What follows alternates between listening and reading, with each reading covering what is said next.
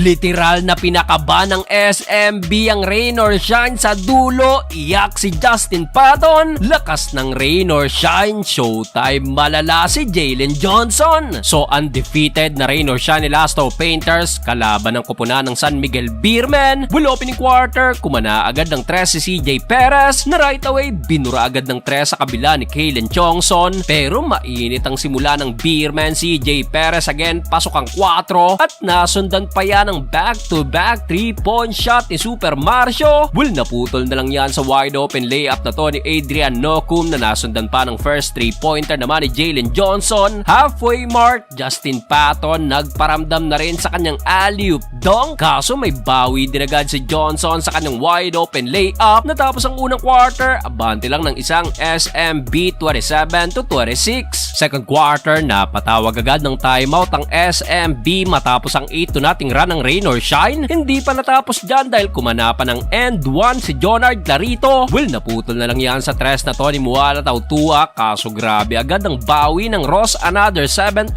run including itong wide open 3-pointer ni Clarito. Kaya dito na mag-aagad ang lamang ng Ross sa double digit. Heto pang masama sa Beermen dahil nasungkit pa ni Justin Patton ang kanyang napakaagang 4 na foul. Grabe ang kupunan ni Coach Sheng Yao. Humang time pa si Kalen Chongson sa kanyang layup at dito umabot pang tambak sa 16 points. Buti na lang nakasagot ng back-to-back 3-pointer si Jericho Cruz at CJ Perez. Kaso ang problema, heto kala mo man durukot itong mga player ni Coach Sheng, dinaan sa takbuhan ng laban. Natapos ang first half, tangan pa rin ng Ross ang double-digit lead 52-62. Start of the third quarter, nanatiling mainit pa rin ang rain or shine, another 3-pointer for Kalen Chongson. Pero right away, bumawi naman agad ng dunk si Justin Patton. Kaso matapos yan, Jalen Johnson, pinagpag si Patton, pinabaunan pa ng 2 small gesture at rock-a-bye baby ala Russell Westbrook. Heto na naman ang masama, wala pang 3 minutong nakakalipas, nasungkit pa ni Patton ang kanyang 5th personal foul. Well, nagresulta pa yan sa another back-to-back transition layup ng rain or shine. Grabe, dinaan sa literal na larong kalye ng Ross at namagapang tambak sa 19 points. After timeout, napastep up na si Junmar Fajardo na pilit binubuhat ang Beermen. Kaso ang problema, kinakain lang din sila sa ilalim ng import ng Ross. Literal na food trip si Jalen Johnson. Showtime si Johnson, eto't na libre pa sa kanyang 100 dunk. Abay, napashimi pa si JJ. Anyari sa Beermen at tinapos pa ni Karakot ang third period sa kanyang 3-point shot. Tambak malalang SMB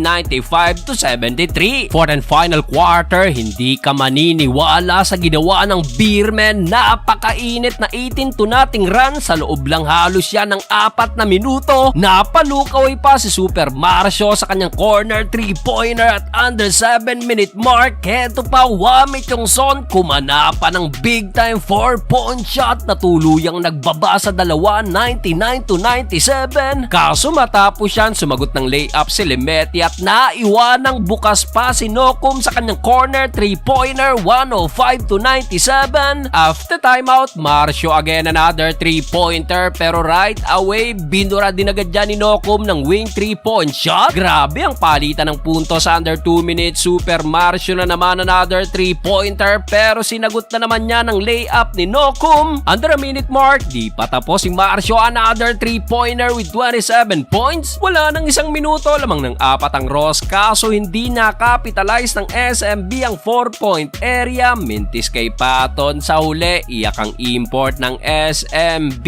Panalo pa rin ng rain or shine.